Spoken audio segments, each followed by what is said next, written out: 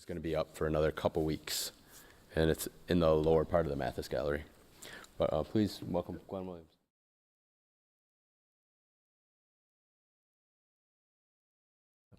Testing? Okay. I always have to do that. I have a voice that kind of carries, but at the same time, it's kind of deep. So just to make sure the volume's working for you in the back there. So well, thank you, Colin, for inviting me to be a visiting artist and inviting me to have the exhibition in the space. So I'm going to start with this quote from Cornel West because I feel it basically epitomizes the way that I approach my creative practice. I'm a bluesman in the life of the mind and a jazzman in the world of ideas. I must unapologetically reveal my broken life as a thing of beauty. So today I'm going to share with you some of the experiences that I've had that have influenced the work that I create. So we'll get started with at the beginning. So this magnificent specimen of a human being is my first mentor and sculpture professor, Tom Stancliffe. He was instrumental in setting me on the path that now kind of developed what is now my creative practice. So I started working with Tom in undergrad and then throughout my first master's degree. We worked on a number of public art projects around the country. These are a few examples of the works that I built with him. So working with him, I started to acquire these skills that served me well. It was one of the main reasons why I was invited to apply for graduate school at the UW-Madison. The professor there at the time was in competition with my professor, and he asked him, you have any good grad students, potential grad students that might be, good in my program? He was fairly new to Madison as well. And so Tom was like, yeah, I got Glenn. So it pays to be nice to your professors and to work with them and to do a good job because it all comes back to you. So though I had an interest in public art, when I got to grad school, my research direction was centered around the politics of identity. A few of the artists that inspired me, the direction that I wanted to take, were Lorna Simpson, Felix Gonzalez Torres, and Fred Wilson. So within that work, I found the poetic beauty and this kind of quiet contemplation that I wanted my work to exude. So one of the first pieces that I created was this piece titled Tacking. And basically it was a piece that was exploring the idea of upward mobility. So I was interested in this idea of migrating from place to place for better opportunities. And I wanted to kind of convey that idea. So I used the concept of tacking to serve as a metaphor to kind of bridge these thoughts. The idea of shifting directions to navigate life's obstacles, shifting from side to side, sometimes even going backwards in order to continue to move forward. This piece was titled First Pick, Last Finish, a study of the triangle offense. The piece was about the exploitation of economically disadvantaged youth as commodities. The triangle offense, for those of you who are basketball fans, was a popular offense that a lot of the college programs implemented. But for me, it also referenced the transatlantic slave trade, the triangle ship route that was created from Africa to North America back to Europe. And so for me, I wanted to draw parallels between these two institutions that were based on subservient labor forces. This piece was titled Misread. So with this piece, I wanted to take these symbols, because I felt symbols had the power to kind of influence the way our perceptions about things. So I wanted to take a symbol of an object that had a negative connotation and elevated status by making it an art object worth re-examination. So it's a detail of the piece. I was using traditional sculpture techniques to try to create that elevation within the object. This piece is titled Home Front. Basically, it was a piece that was inspired by an article written by Bell Hooks called Home Place.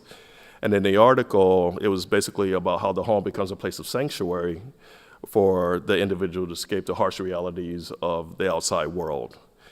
The article got me to thinking about the home becoming kind of a metaphor for the self.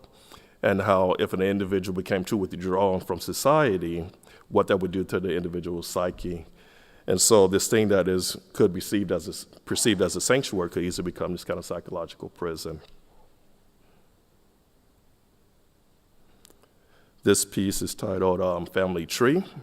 The piece was about the frustration of trying to explore one's history or roots, especially from a people belonging to a group of people who have been historically displaced.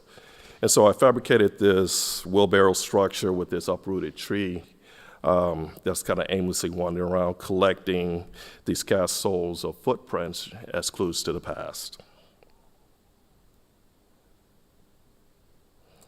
This piece was called Spitting Knowledge. Spitting knowledge is a term which means tell your story or tell your truth. So what inspired this piece, I was thinking about the oral tradition of passing one's history down from one generation to the next, and how that tradition was being lost as subsequent generations were becoming more and more assimilated to mainstream society. So that was a culmination of my graduate work. Before I finished grad school, I had the opportunity to interview at Northwest Missouri State University. I was fortunate enough to be offered a tenure track position there. So by the time I graduated from grad school, I was one of 3 grad students that had secured a job. So, I was kind of feeling good about myself. So I channeled my inner Beyonce.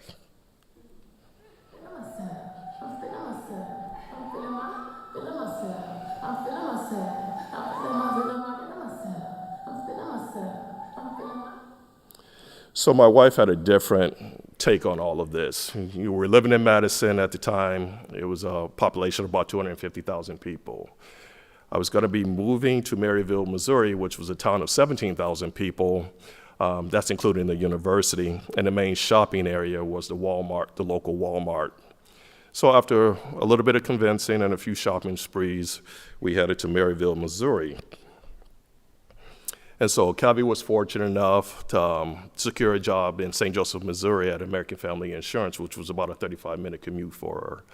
And then if we really needed to get our big city fix, Kansas City was actually about an hour south, with the expansion of the highway and the increase in the speed limit. And so, of course, we spent quite a bit of time in Kansas City.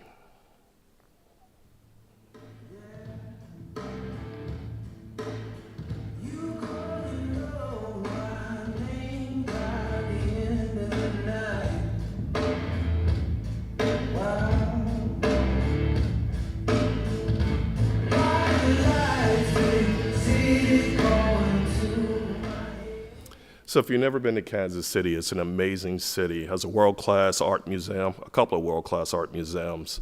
One of the best experience I ever had in terms of like a gallery walk, in terms of galleries are opened up, and that's what the top right picture is. And then people just fill the streets and impromptu fashion shows and parties and exhibitions, quite amazing. For Missouri. And then, great restaurants, and of course, they're known for their famous jazz and blues district. So life is good, and the blues are all right. So although all these kind of wonderful things are happening to me at the time, I still have one foot in reality. On a daily basis, I would have students, friends, family members being called at a moment's notice to be deployed for the war. And so I decided to do a series of pieces kind of based on that experience. I wasn't so much interested in critiquing the war as much as I was exploring the psychological impact that the war had on individuals. Excuse me for a minute. I'm on sabbatical, so it's been a while since I talked, and so I get cotton mouth pretty quickly. So let's take a quick drink.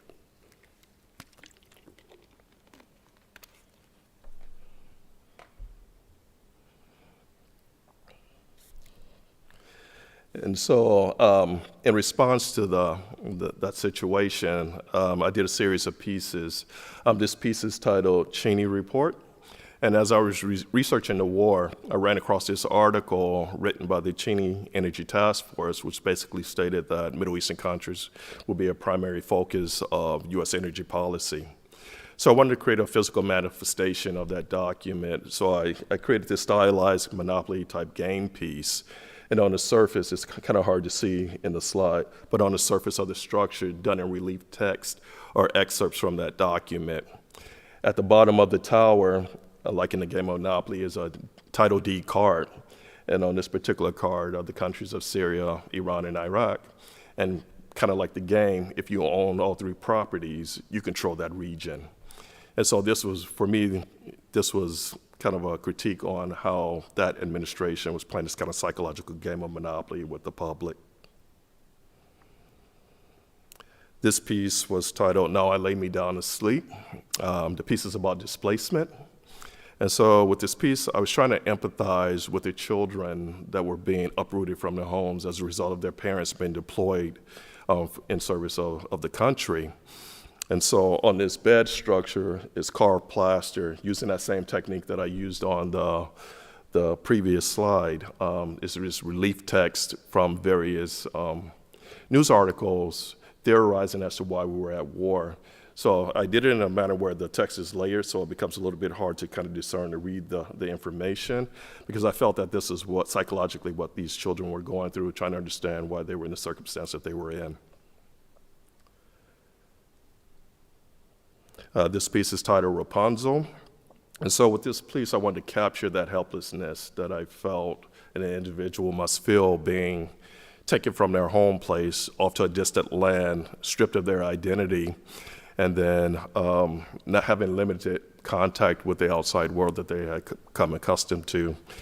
So I was also thinking about the voyeuristic detachment that many of us experienced the war through as viewers. And so on one side of the structure is intended to represent that detachment, the other side, that kind of helplessness of the individual, in this case, the soldiers. So the braid that's extending through the window, each strand that makes up that braid is equivalent to the distance from the US to the Middle East if 1 inch equaled a mile. So this is my wife, Kavi. Kavi was notorious for calling me like 5 minutes before class for nothing. And so.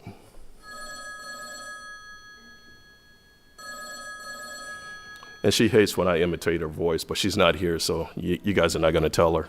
So she's like, "Hi, honey. So what are you up to? Are you busy?" 5 minutes before class. I just wanted to call and let you know that, I applied for a job, no big deal. I don't think I'm going to get it, so never mind. Don't even worry about it. I'll talk to you when I get home. So the next day she calls me. I got an interview. The job is in Des Moines, Iowa, which is 2 hours away from where we live. And she needed me to actually take her for this interview. So we scheduled and we planned to take her on the following Tuesday when I wasn't teaching. We figured it would be a great trip just to kind of get out of the little town, hang out in the bigger city. Des Moines was actually the place where I helped my professor with the first commission. So it gave me an opportunity to kind of get back to that space to kind of revisit or circle back and revisit some of my earlier public art work. So I take her to the interview. I go to the bookstore, hang out there for a while. After our interview, pick her up, we go out to eat dinner. I just inquire, "Oh, well, how did the interview go?" She's like, "Well, I don't think it went well." She played it down. It's like, "I don't think I did well." So at least we got out of town. We got to hang out in Des Moines for a little bit, and then we head back and continue our lives. 1 week later, she calls me up 5 minutes before class. She tells me they offered me the job, and I accept it. No conversation about this. I accept it. The one thing that you need to know is that I have to report there in 1 week. So we're moving.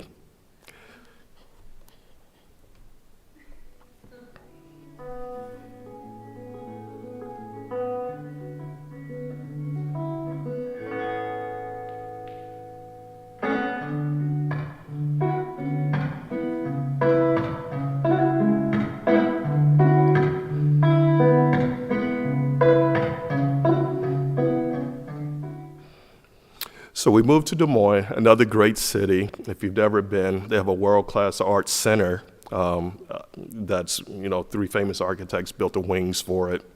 They have a wonderful public art collection, the Papa John's outdoor sculpture part, not Papa John's the pizza, but the medical company. And they have this huge farmers market, which is no surprise, it's Iowa. That was amazing with musicians. And so, we were feeling good about this move. Before we were going to do this move, I thought I could compromise with my wife, and I was like, okay, you commute the 35 minutes. I'll tell you what, I'll commute the hour and 35 minutes. You can keep commuting the 35, and we'll find a place to live somewhere in between. She's like, no, you're going to commute the 2.5 hours. And so that started my career of commuting. So, of course, moving to the city, we're trying to establish roots. We buy our first cookie cutter house, 3 bedrooms. And my wife had a fascination with columns. She grew up, my wife's from Trinidad and Tobago, so the architecture is very different there. So she grew up watching Dynasty and those types of shows. So she wanted to have colonial columns in the front of the house. I'm more of a loft, industrial type of person, but as you see, when we compromise, who typically wins. So now we have this house, 3-bedroom house. Of course, you have to fill those rooms. And so my wife and I, we started planning to build our family.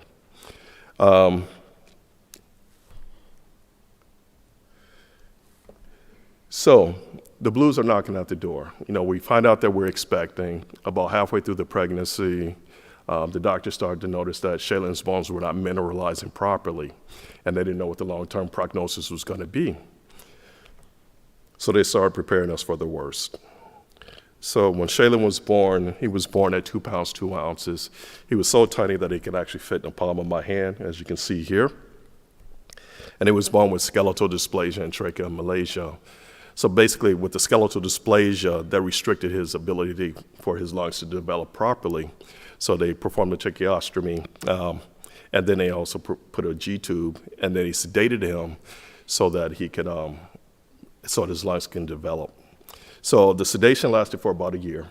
Periodically, they would take him off of the drug to allow him to do like physical therapy and develop some of his motor skills. But needless to say, my wife and I, we spent the next year pretty much living at the hospital outside of going to work. We would go to work, come back to the hospital, and that became our kind of basically our lifestyle. So at the time, I was still commuting to Missouri, those 2 hours. One of my good colleagues' husbands, one of my good friends now, he started making me mixtapes. And those of you who are from the 80s, or, some of you are, mixtapes were a big thing back in the day. And so on one of the mixtapes was this song by Nina Simone that I would play over and over again while I was doing the commute. This was before Sirius XM, while I was doing the commute. And when I would get to the hospital, I would kind of hum this song to Shaylin just to let him know that I was there.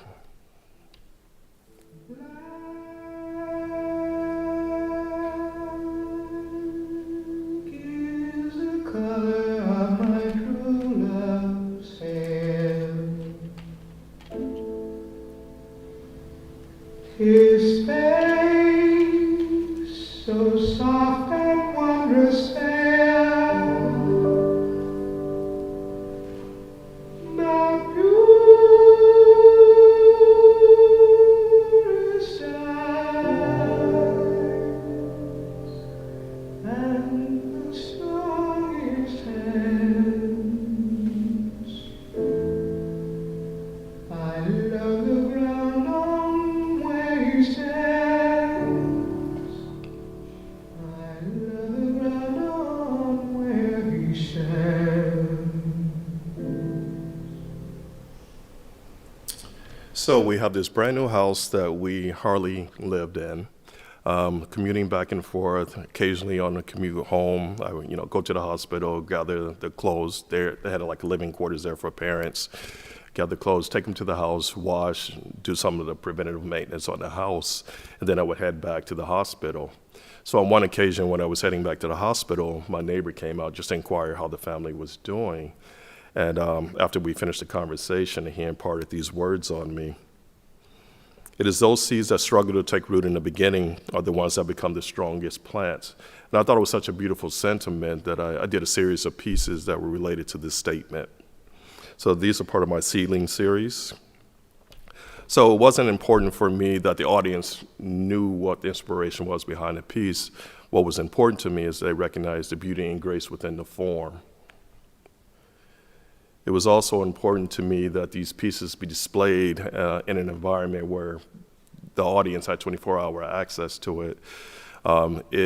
It made me extend a level of trust to the audience that I typically would not be comfortable with. So for me, it became this kind of metaphor of the trust that I had to extend to these caregivers who were taking care of my son. So here's another one of the last pieces in that series. So around this time, Kevin and I had to decide on whether or not we were going to kind of step back from our careers to kind of focus on Shaylin, or we were just going to go all in and try to do it all. So we decided to do the latter. We became very good at compartmentalizing our lives to make sure that we can do all these things. And so for me, that meant that I started to dive head in on applying for exhibitions, commissions, and residencies. And I was fortunate enough to get a commission from Columbia, Missouri. They commissioned me to build a structure to represent their growing, diverse community. So the next few slides are some images of the process of building that piece. CNC plasma cutting was starting to be kind of a norm, but I'm still kind of a traditionalist in a lot of ways, though I do those things. I actually designed a piece in Rhino.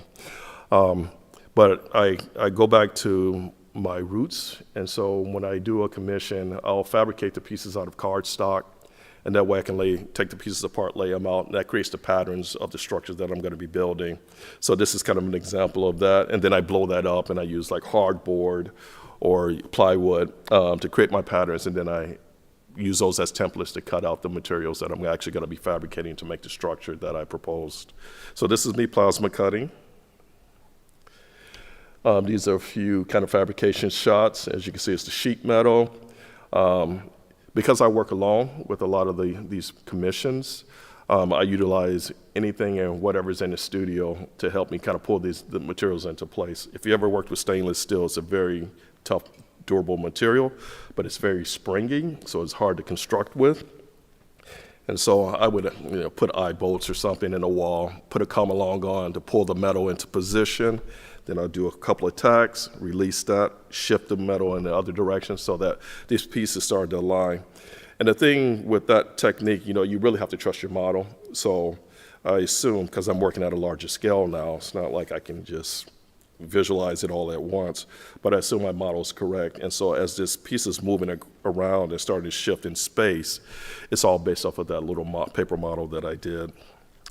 So with fabrication as well, particularly with stainless steel, I do a skip welding process. And so I'll tack the pieces together to create the structures before I begin to actually run beads and weld the piece together. The reason for that is because when you put the heat in a piece, it wants to expand and contract. And by tacking it all as one unit, it does that expansion and contraction at the same time. So it helps eliminate some of the warpage, which is important when you're working on a commission with architects and engineers, and you have to take that piece and install it in that, and there's little tolerances. And so that's the process that I use. So I did call a favor in to use a CNC machine to cut out the text. So wrapped around this kind of seed-like, pod-like form are these proverbs from different regions around the world about what it meant to be part of a community. And so this kind of embraces this seed structure. So this is me putting the two halves together, preparing it for actually delivery. And then this is the piece in its location. So it sits out in front of a fire station in Columbia, Missouri. The piece is about 15 feet tall. So in addition to that, I was still continuing my research. I really had an interest in the housing crisis. As I was commuting back and forth between Missouri and Des Moines, there were these subdivisions that seemed to just be popping up all over the landscape. Within like 3 weeks, there would be a new subdivision. And, within my own neighborhood, houses were popping up about every 2 weeks. And then all of a sudden, it just all stopped. It seemed like it just stopped overnight. And these building companies just abandoned these construction sites, leaving the materials there in these kind of half-built houses. So this thing that initially represented prosperity now became this kind of symbol of instability and despair within our economy. So with this piece, I wanted to convey that sense of instability and fragility. This piece is titled ICU. I made it in response to a national conversation that they were having about who should have access to these home loans, because they were trying to figure out who to put the blame on for the crash, which brought up questions about race and class. There was questions on whether the government should intervene and prop up the market, or if they should just let the market crash and correct itself. So this piece is about that kind of ambiguity between whether or not this metal structure is actually holding up these houses or is actually tearing those houses down. And I had a pretty good year that year. Then Franconia Sculpture Park, I applied for a residency there. And like most artists, we apply for a lot of things, hoping to get a few, and not all the things that we submit to.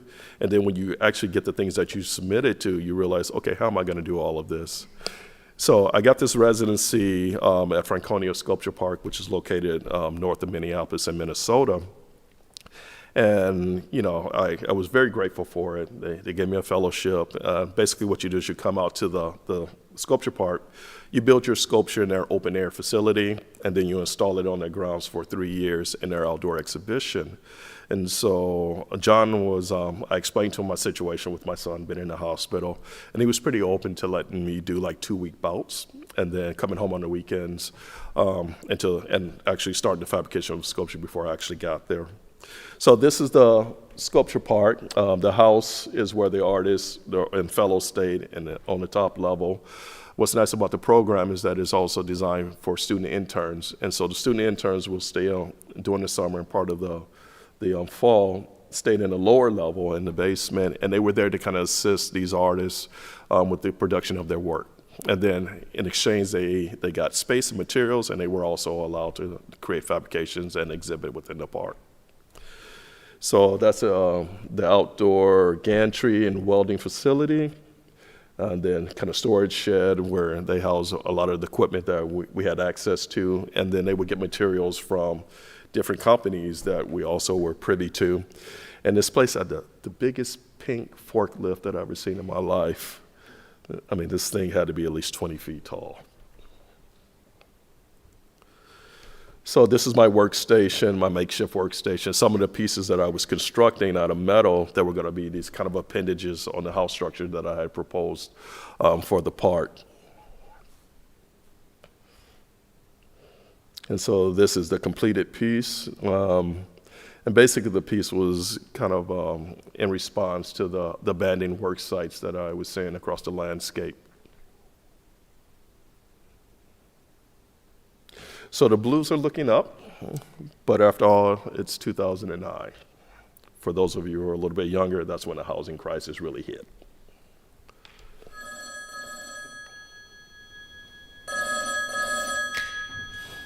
So of course, Kavia's calling me again a few minutes before I have to go to class, and she's telling me, well, hi honey, there are rumors going around the department. She worked for American Family Insurance. There are rumors going around the department that, they're going to take our division and move it to Madison. It's probably just a rumor. Don't worry about it. I mean, Des Moines at the time was the insurance capital of the U.S. So there's no way that they're going to have a foothold here. So don't think anything about it. Just go back to work, and I'll talk to you when I get home. 4 months later, we're putting our house up for sale, and we're discussing where we're going to be relocating. So, I'll let it play.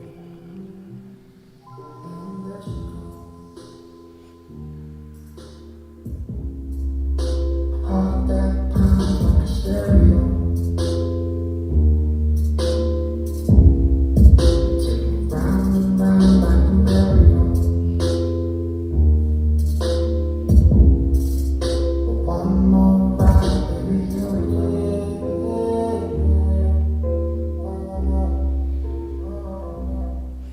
notice how my soundtracks are becoming more and more calm as I move the older I get. So we decided to move to Madison. We had a few choices. One was Eden Prairie, Minnesota, and then or St. Louis, Missouri, which was where I was born, so that was out of the question.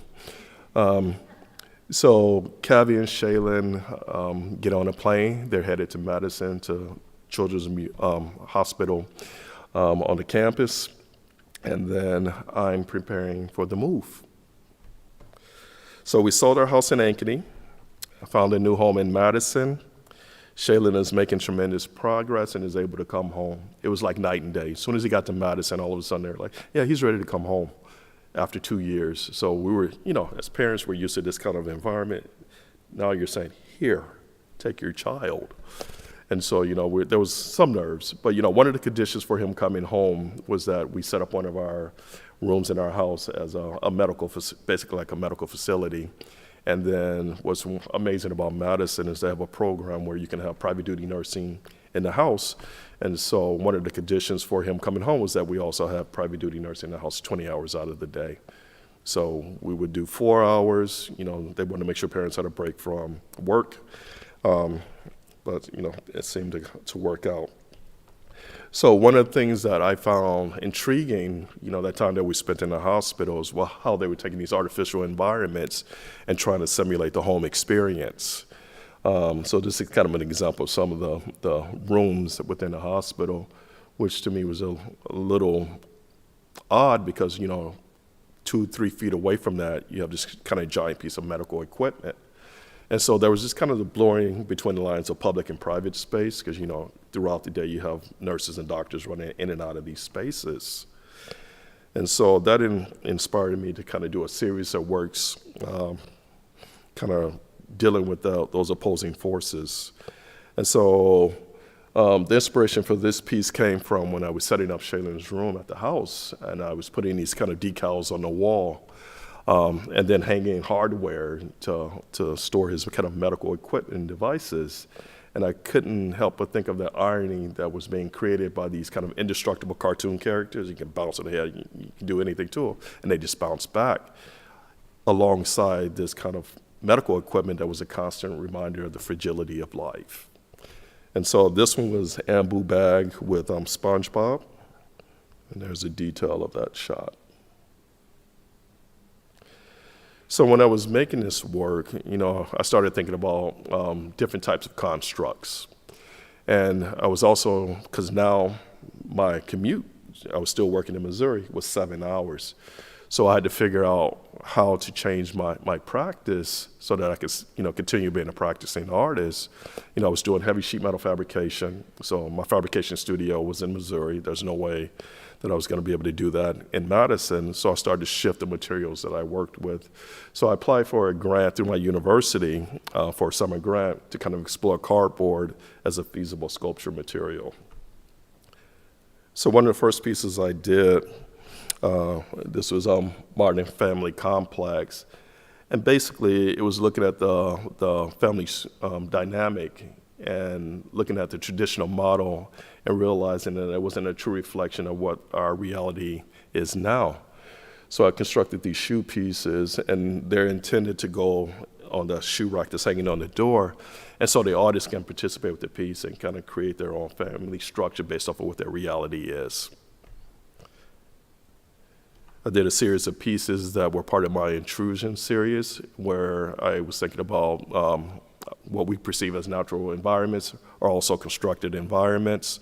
So I was going into these environments and taking objects that seemed like they belong in that space out of that environment and refabricating them in cardboard and then placing them back into that environment to kind of highlight the artificial nature of our constructed environments.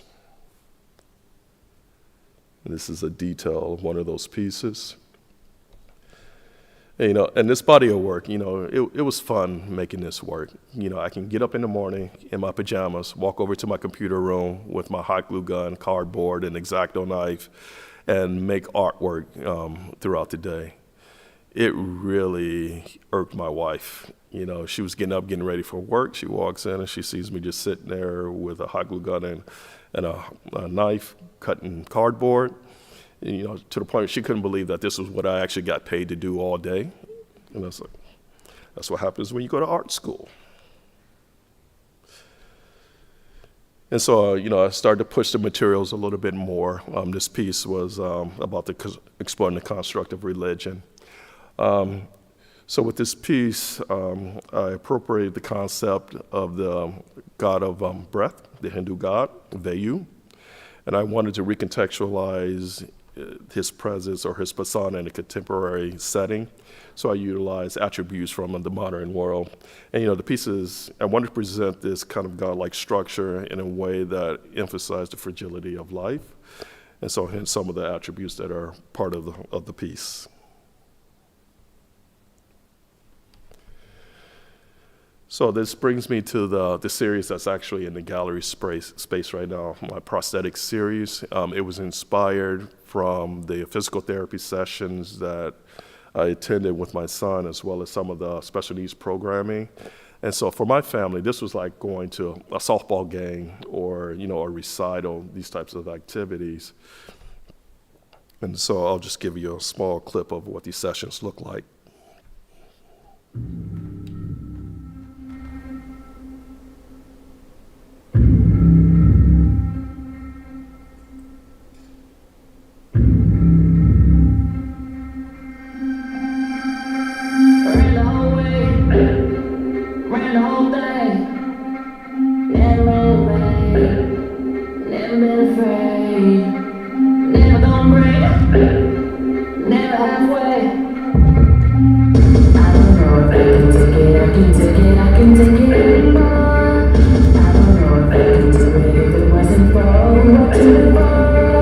Doesn't make sense, but it makes sense. Doesn't make sense, but it makes sense. And I wanna send it all. Against the world, but I'm with you.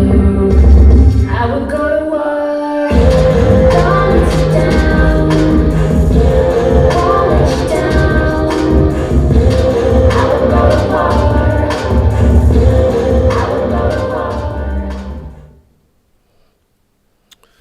So when I'm making these pieces, I try to imagine what he is thinking in terms of being in a body that needs these kind of artificial attachments to function.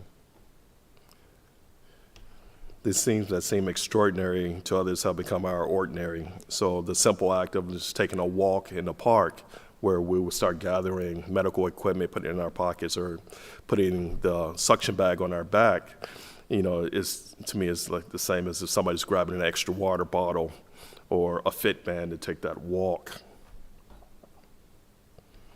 With this work, I'm simply finding the beauty in the ordinary, everyday activities of our lives. Even if from the outside they seem extraordinary and to a certain degree broken, that is our beauty. And so, in addition to kind of working on these different directions or bodies of work, I still kind of continue with some of their earlier pieces. I still have an interest in the housing crisis. This piece is called Pipe Dream. It's about who has access and who doesn't, and the implications of not having access. With a lot of this work, I do refer back to historical references to understand why we're in the condition that we are in the present. With this one, Field Order number 15, which is also most commonly known as 40 acres and a mule, which is questionable if that was part of it, implies on how you create generational wealth and what happens when you don't have access to that, and to break these kind of cycles of poverty. So that's a continuation of the housing crisis. Is another piece that's part of that series. I was invited to participate in a show that was dealing with global warming and the impact that it has on housing. And there are particular demographics who are allowed to kind of exist in these spaces, which are disaster zones. And so the piece was about having that access and how that becomes a restriction of access. And then as a result of that, we have these kind of large numbers of people who are homeless and in poverty when a disaster hits. So in addition to that work, I still do collaboration work with other artists. This is a piece that I did for Linden Sculpture Garden or Park. It's a collaboration with Portia Cobb, who's a filmmaker and a performance artist. And so, as part of the collaboration, I designed this bottle tree, contemporary bottle tree, and then Portia's designing a performance that's centered around the bottle tree. So, kind of a ritual performance. Portia Cobb is Gullah Geechee, and so there's a lot of African traditions that have been passed along that she's trying to continue. I'm also have worked with like watermarks, neighborhood revitalization programs. With these programs, they're starting to implement or incorporate artwork as part of the granting requests or proposals, so that we start to create these kind of identifying markers for these different spaces, so that the neighborhoods, can take pride and have ownership of their spaces. And so with this particular project, it's about water conservation, or they're interested in water issues. And so this piece are stylized African water vessels. And then I worked with Portia again on this project, and then on the side of these vessels are these proverbs, African proverbs about water and the power of water. So I will leave you with this so that you don't fall asleep, but this is the reason why I do all that I do.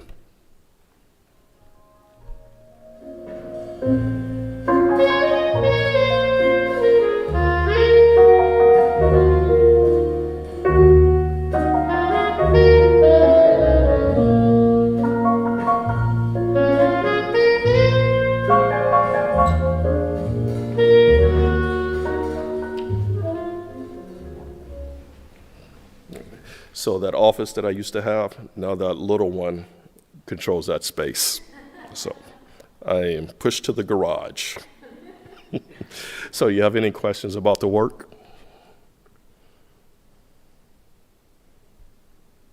Yes. I'll start with something kind of prosaic. I'm curious if you could talk about what techniques the wood sculptures and the cardboard sculptures are just kind of phenomenal objects. I would love to hear about the techniques you use to produce them. Especially so the wooden heart valve. Mm-hmm. How is that? Are you using digital techniques there? Is that completely hand? So the ambu, are you talking about the ambu bag that was with the? Yeah. No, that was just. I use primitive. I'm aware of the digital techniques. I do incorporate those a lot of times. More recently, when I do my public art pieces, or putting proposals and models together. But like I said, I do have an old school training. So that actual ambu bag I did with a 4.5-inch angle grinder and a sanding disc, and then a lot of hand sanding and files. And then, taking a drill press, sticking the dowel in there and taking a file and carving those grooves into the piece, and then manually going back and sanding them. So I do a combination of both. Yeah, I apologize. I came in late, so I missed Oh. I missed the first. I didn't say anything about that, but yeah, that's kind of And the process. cardboard? Yeah, it's just been, it's like attention deficit disorder or something. I don't know what it is, but yeah, it's just meticulously sitting there cutting each material and building them layer by layer. So it's using the same kind of technology that, a computer-aided design would do in terms of the slicing. So I'm just doing that physically and building those structures up. So if you're doing a wheel, that's like a curve. It's like a piece of Yeah, cardboard that's so- curved round, and you can get it smooth. So I will cut the profile of the wheel, and then corrugated cardboard's amazing. If you take one of the facings off, you can bend that like a noodle. And so then I would build that structure around that, and there's corrugation on the inside to give it strength. Cardboard is, it's a material that people should tap into more. When I was doing research on it, they were building bridges out of this material, structural bridges that, pedestrians could walk across, and then finding ways to kind of seal it to make it, weatherproof. But yeah, I would just do the corrugation, kind of build it around. Some of the pieces I would kind of glue together, build up, and then go back in and carve the structure. And then I take that facing and treat it almost like a paper mache across the surface to kind of smooth it out and sand it. It's really like wood in a lot of ways. And are you measuring and planning everything out manually, or are you with building that in like some kind in like a CAD program? I do a combination of both. You know, some of the pieces that you saw there, I pretty much just laid it out old school. You know, rulers, and straight edges, and then a box cutter to cut the pieces out. But yeah, I do the calculations. Like I said, I am familiar with Rhino and a lot of the CAD programs.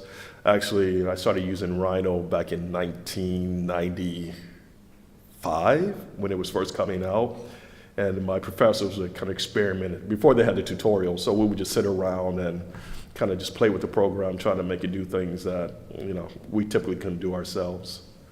So, Thank you. I mean, the objects they're stunning. oh, thank you. Yeah. Or either one. Good. Sorry if you already answered this, but how many like hours would you say it took you to build like the cardboard like structures, for example? Like how long would it usually take? Those were kind of built over a summer, and it varies. You know, some days I'm more productive than others. And so, you know, if I would have to guesstimate, I would say, you know, maybe 3 weeks per piece. Except the figure piece took like 6 months. You know, it was much larger. The Vayu, the Hindu god piece, that took about 6 months to do, on and off. A couple different questions. One of the earlier pieces that you showed was like a face mask with the spoon. I think it was like sharing traditions. Spinning knowledge. Yeah, and I wanted to know about the materials that comprise the piece, and then also just how you think about materials as a sculptor that has so much proficiency in so many different materials. How you're going about choosing materials. Is this piece? Yeah. Okay. So my training, initial training was in jewelry and metalsmithing. And so my undergrad was a kind of a dual major in sculpture and metalsmithing. So that kind of my material interest. So the piece is made out of, the mouthpiece is cast bronze. The droplet, that's mild steel, that's been basically, I stuck a piece of stock in a drill press and took a file and shaped it, kind of treating it like a metal lathe. And then I polished it. And then the band, that's new gold, back from my jewelry and metalsmithing days. So it's basically just a different kind of copper alloy. And then the hook is steel, painted steel. And so I've always had an interest in materials. I mean, just as a teacher, you know, you have to, because you're, you know, teaching these various techniques to students, just to keep it exciting for yourself. And you want them to explore materials, so that's just been kind of my common practice. I did have another question Yeah. too that was kind of, well, it's related to one of your pieces, but it's more of, you had the piece on the triangle offense. Remember?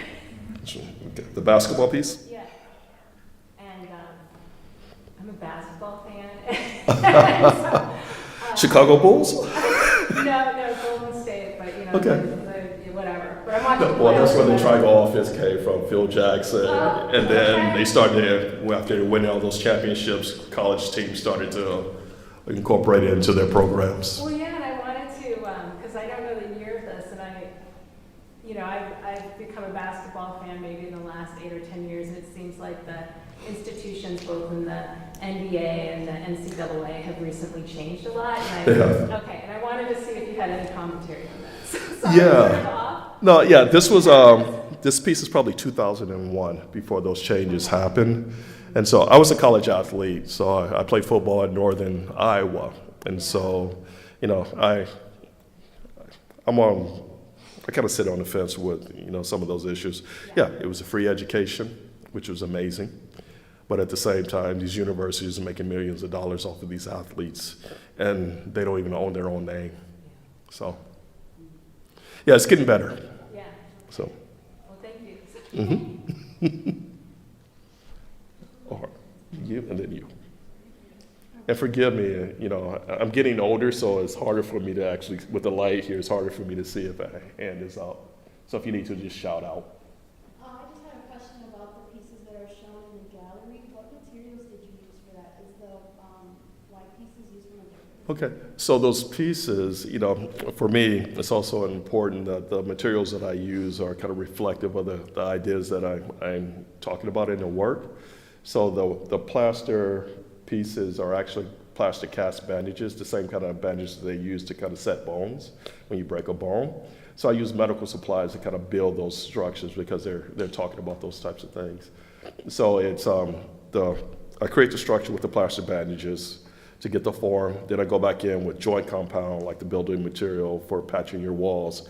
I use that almost like a clay, and I model that across the structure, and then I go back and sand the structures down to the surface and shape that I want. And then in the body piece by the house, there's like something stuffed inside of there, I believe. Yeah, actually that's, I was talking about the Field Order 15, that document. So that's that printed document that's been cut up, talking about the unfulfilled promise that the government made toward African Americans at the time of Reconstruction. That never came to fruition. So did you put it in there because it was hollow to like support the structure, or is it just to get? No, it doesn't need to support the structure. It's part of the piece. Those plastic cast bandages are structural in themselves. So once they harden, they become a hard shell, which is is pretty durable. But no, that's just part of the piece. That stuffing, kind of this kind of stuffed blanket of these empty promises. And then there's one of the pieces with the wheel where it looked like you like etched designs into the plaster.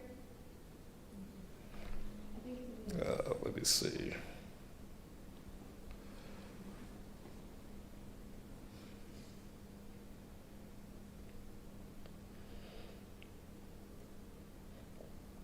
So the will pieces, if we're talking about this piece, is that the piece you're talking about? the second one.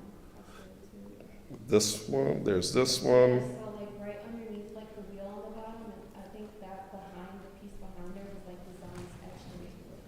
So this area right here? Yeah. Yeah, it's a technique that I use where I create a stencil, and then what I do is when I'm painting the structure, I paint the stencil first, or the negative. I build up that layer so that it's kind of a relief, and then I go back and I paint the actual piece. So that creates a texture on the surface, and this particular is like wallpaper pattern. So I do that with a number of my outdoor pieces too, just to give a textural element on the surface to kind of break up the planar structure. Sorry, you have another question? Where do you store your pieces if they're like, are they usually in galleries or like, are they like in your Different venues. I'll do some gallery exhibitions. Right now I'm a little bit more focused on kind of public art pieces. And so, getting work out into communities to a different audience. So I've done, exhibitions, public art, outdoor sculpture shows, some residencies. So I try to mix it up. I get bored pretty quickly, and so I'm always looking for different ways to kind of get my work out.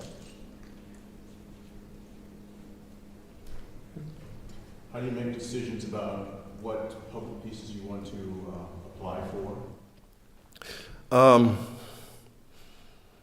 lot of it right now, it's got to be something that I'm connected to, just because of the amount of time that it actually takes that you have to put into these pieces. And so, that's a big time commitment. So right now, I'm a finalist for the Vel Phillips project in Milwaukee. And, a lot of it has to do like with the history of the individual.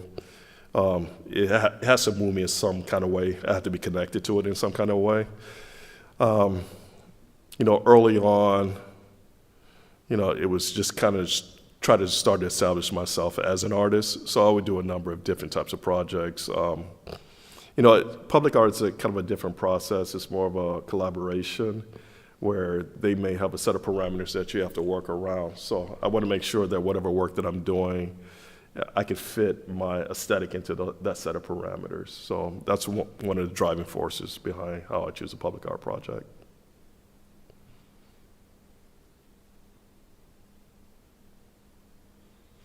You got some tips for me? I think there's a question in the back. Yes. So have you ever thought about like making something just for yourself, like not public? I'm sorry, say that one more time. Have you ever thought about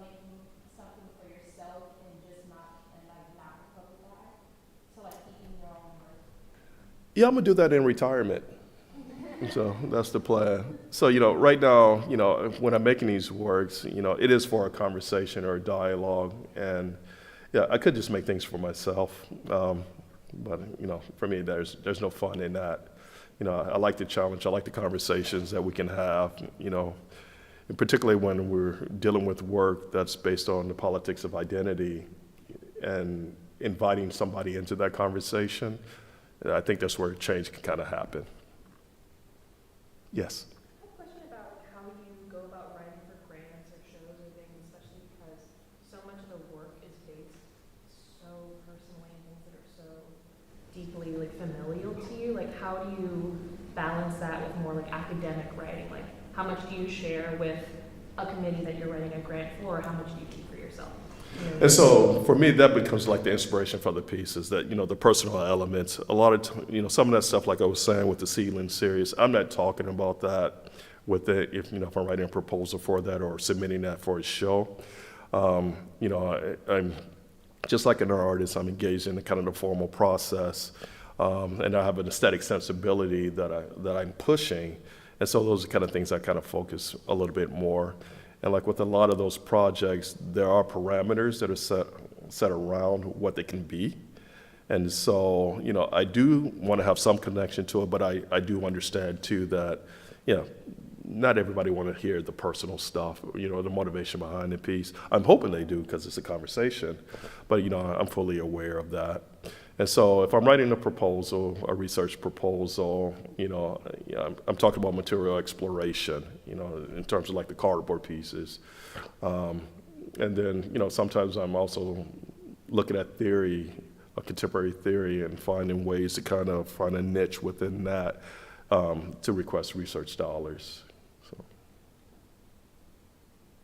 does that answer your question? Okay. You guys have good questions. Usually it's crickets in there.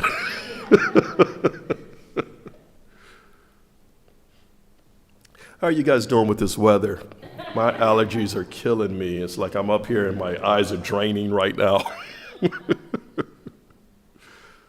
Yes? Was it Shaylin? Shaylin, yes. It means wind, strong wind. Yes. What does he think of the work? Has he seen these pieces that are inspired, like the prostheses pieces, and does he have an opinion on them? Or? He's 16 now, so he's a teenager. And so all he cares about is pizza, video games. He sees the pieces. He kind of has a sense of what I do. But in his world, it's just, that's just what Dad does for work. So, yes. Which god was it in the seated? Vayu, V-A-Y-U, Vayu, the god of wind, Vayu.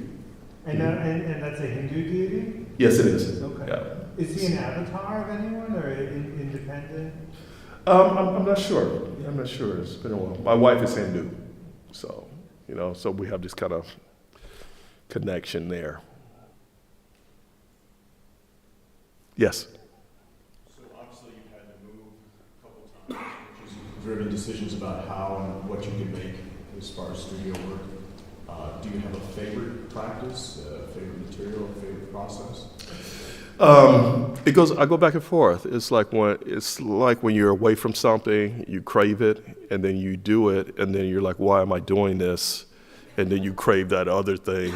So it's the same thing. Like my background was jewelry metalsmithing, so I love to work small and detailed. And then I get frustrated because a little scratch here, then I have to get rid of that. And then I'm like, I'm just going to work big where these things are not a concern because of the scale of the work.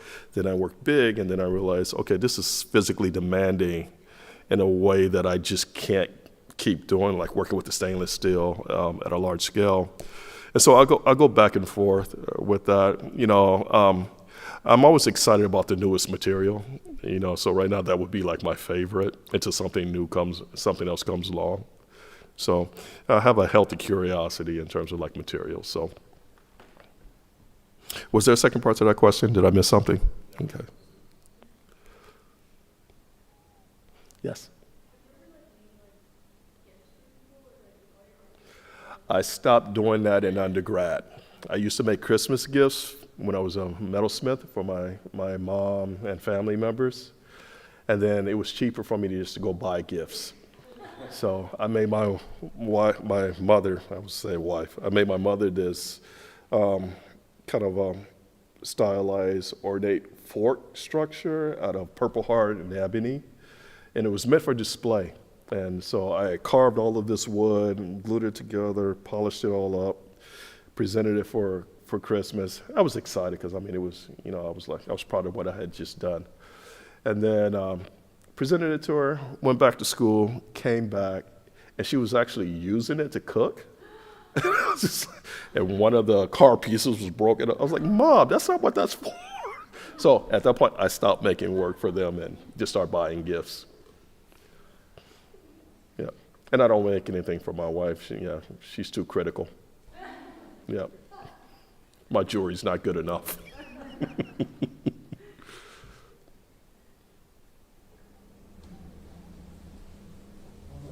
Okay, well, thank you. So.